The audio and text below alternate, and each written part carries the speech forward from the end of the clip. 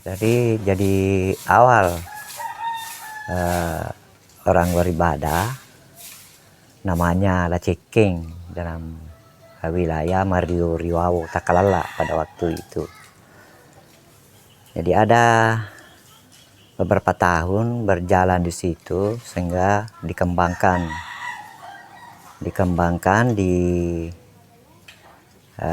kasih tugas masing-masing yang memang sudah mengetahui persis bahwa inilah yang betul-betul yang kita bisa jalani sehingga kita bisa percaya, sehingga kita bisa selamat. Jadi dia selalu beribadah di rumah pribadi di Lacekeng pada waktu itu. Ada beberapa tahun berjalan, ada puluhan tahun berjalan, baru berkembang ke Paunge, karena satu juga orang tua di situ masuk namanya Lanangga dengan anak-anaknya, dengan keluarganya, satu rumpun keluarga juga di situ. Itulah yang dilayani oleh Cambang Galiti di situ dulu. Yang di Lacekeng dulu Lakaning di situ, karena Lakaning yang paling banyak keluarganya masuk di agama ini, agama Nasrani atau Kristen. Kemudian dihubungi semua keluarga-keluarganya yang ada di tempat lain, semacam di Lampirie, di Lasumang, Masulo. Nah, itu dia sudah bagi-bagi tugas nih. Jadi awalnya itu dulu tempat ibadah di Lacekeng, karena di situ dilakukan juga baptisan beberapa banyak orang di Lacekeng. Udah lama kelamaan sampai di Palaka, sampai di mana-mana itu ada keluarga masuk melalui jalan ini, sampai di Lumpule jadi sampai di kita sana, di Pacongkang itu berkembang, tapi belum ada tempat ibadah di rumah-rumah pribadi, di orang beribadah semua,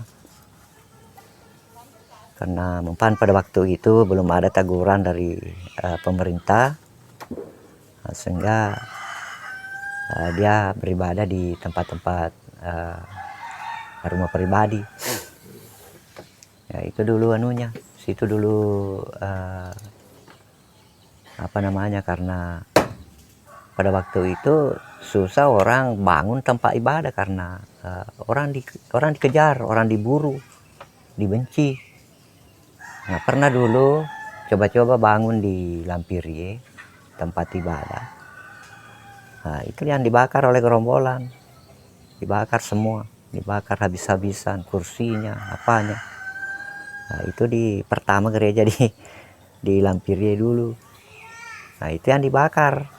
Nah, akhirnya tidak lama kemudian ya di Masulo sana sudah terbunuh, banyaknya orang yang terbunuh, orang-orang tua kita yang dibunuh oleh gerombolan, bahkan disiksa.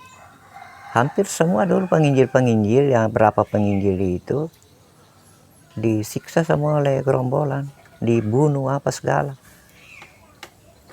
Jadi itulah dulu sehingga memilih jalan untuk masuk di kota,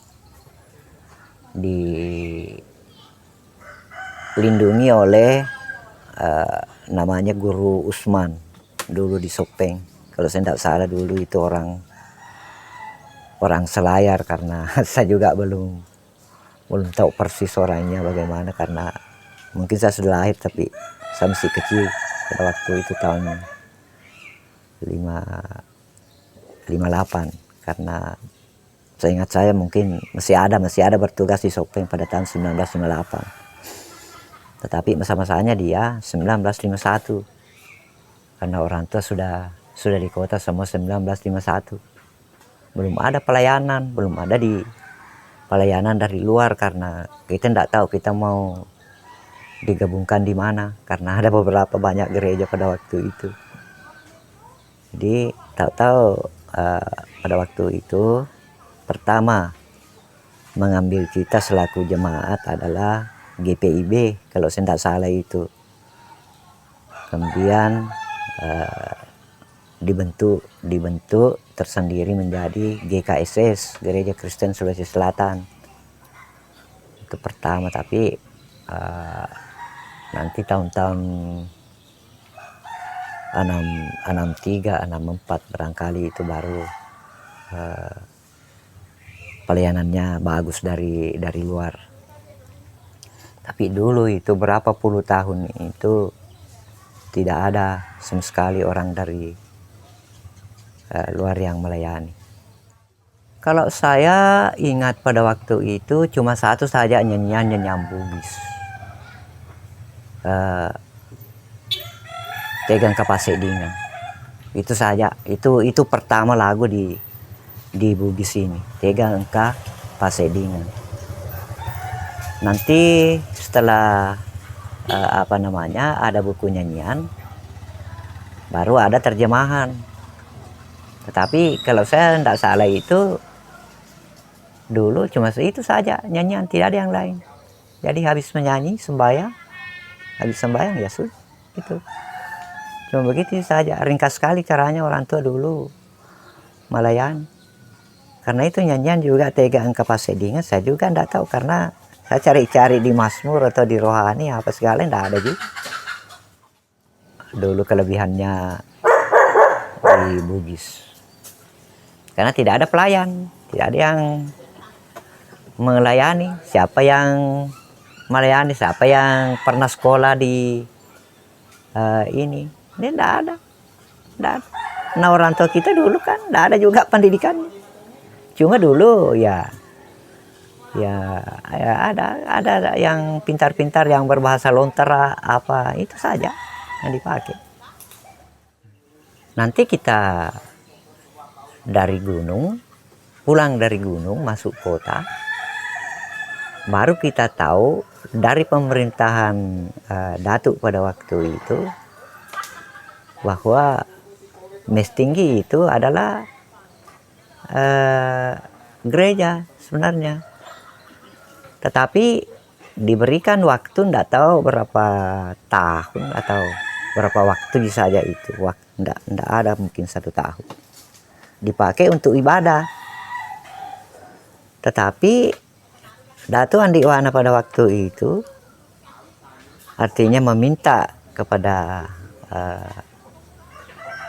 pengurus-pengurus gereja pada waktu itu bagaimana kalau ditukar tanah saja itu. Karena katanya itu Mes Tinggi mau diambil selaku katakanlah aset daerah pada waktu itu. Kalau saya tidak salah ceritanya begitu ceritanya, sehingga pengurus-pengurus gereja pada waktu itu memilih untuk menukar, diberikan izin untuk membangun gereja. Itu anunya. Tapi dulu itu sebelum orang tidak tahu bahwa Mes Tinggi itu adalah gereja sebenarnya. Karena yang dikenal orang tua dulu itu Mes Tinggi adalah tempatnya Tuan Petro, artinya bosnya Belanda pada waktu itu. Itu yang dikenal. Orang tidak pernah kenal bahwa Mes Tinggi itu adalah gereja. Nah, nanti kita telusuri bahwa orang Kristen, artinya tanda-tandanya orang Kristen ada salib. Baru kita kenal betul bahwa betul-betul ini gereja. Karena mesti ada salib. Ada 3 salib. Karena ada tiga menara pada waktu itu. Tapi itulah anunya pemerintah daerah, karena dia memilih untuk menukar karena alasannya dia mau mengambil aset daerah peninggalan Belanda. Itu anunya, karena satu-satunya bangunan Belanda memang di Sopeng, itu saja. Tidak ada yang lain. Itu saja Mes Tinggi. Mungkin sama halnya di Bantaeng. Di Bantaeng sana dijadikan gereja.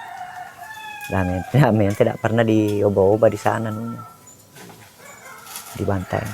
Di Sopeng itu gitu anunya. Karena ketatnya Sopeng dulu anunya, dibencinya orang Kristen di Sopeng dulu itu, sehingga ya mungkin terjadi demikian karena kita dibenci. Kita tidak diberikan peluang untuk berkembang pada waktu itu. Kalau orang cerita-cerita agama, nah, ditangkap, disiksa, dibunuh. Nah, itu dulu anunya. Sehingga orang tua dulu itu kesian, ya mungkin enak-enak tidur, ada lagi panggilan. Panggil menghadap ke ini, panggil menghadap ke ini. Disiksa terus. Itu. Tapi sempat dipakai untuk ibadah yang mes tinggi di sana itu. Karena dulu pertama waktu kita datang dari gunung, kita kan ditempatkan di Jalan Kesatria dulu. Itu kita berkumpul. Nanti banyak orang karena sudah hampir turun semua orang dari gunung, nah, dibagi. Ada di Kalendrunge sana sebagian, yang keluarga dari Bapak Lesompe pada waktu itu ya kebanyakan di Kalendrunge tinggal. Kita dulu itu sungguh-sungguh banyak rintangan yang kita, sampai saya itu mungkin sudah terakhir dari saya itu dulu, artinya yang seumur saya diburu, dilempari batu, pulang dari sekolah minggu dilempari batu sampai kita tiba di rumah, sampai juga di rumah orang buru kita. Itu dulu anunya, karena dibencinya orang-orang Nasrani di Sopeng dulu, karena ya, dari itu tadi, dari Peta Barang pada mulanya, karena Peta Barang juga itu dicita-citakan untuk dibunuh, tapi tidak bisa juga. Itulah semua yang dicocokkan dari Alkitab, yang Peta Barang. Kalau di Sopeng itu Peta Barang, di Bone Peta Torsapai, di daerah Cita sana Peta Malampe Luakna, sampai di Wajo sana. Karena itu orang sebentar-sebentar ada di sini di Sopeng, tak tahu ada lagi di Cita sana, ada lagi di Wajo. Karena itu menurut cerita orang tua dulu itu, satu kali kilat lain tempat lagi. Karena waktunya dikepung dulu itu ada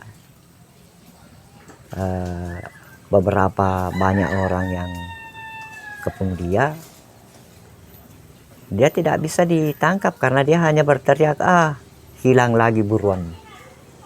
Sehingga hilang juga dia di tengah-tengah mereka. Itu dulu anunya. Artinya kelebihannya orang itu. Kami juga tidak bisa katakan bahwa apakah memang dia sudah Yesus Kristus atau bagaimana pada waktu itu, karena kita juga belum kenal persis bahwa sejarahnya begini. Iya. Jadi itu anunya itu, sehingga mereka dulu itu kuat sebenarnya untuk ini. Jadi sampai sekarang orang tua kita dulu kuat itu imannya, karena dia percaya dari awal, kepercayaannya dari situ sampai dia cocokkan dalam putere itu yang berbahasa Lontera.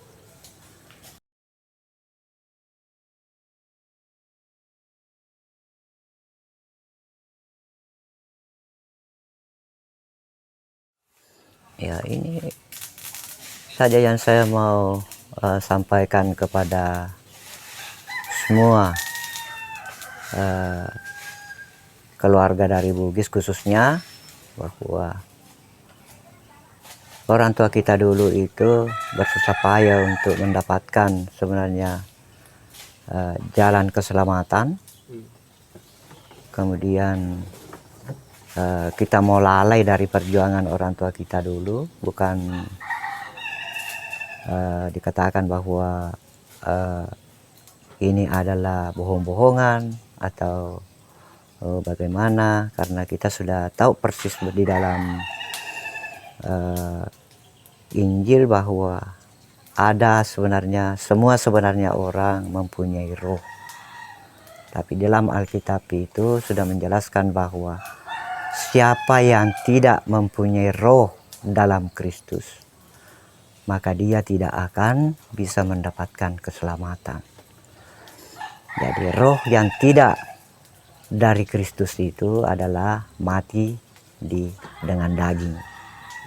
Itu yang saya mau sampaikan. Jangan kita mau lemah, jangan kita mau gampang terpengaruh dalam iman dan kepercayaan anak-anakku atau keluarga aku yang seiman dalam Kristus. Karena pengetahuan saya di dalam Kristus Yesus ini artinya sudah sudah jelas bahwa berapa ayat dalam Injilnya itu, dalam perjanjian baru itu menyampaikan kepada kita semua bahwa yang mati dalam Kristus sebenarnya itu bukan artinya kehilangan tempat atau bagaimana, tetapi dia mendapatkan tempat di pangkuan Bapa yang di sorga, sebagaimana Yesus menjanjikan pada waktu itu. Mungkin itu yang saya sampaikan kepada anak-anakku semua atau saudara-saudaraku yang seiman dalam Yesus Kristus.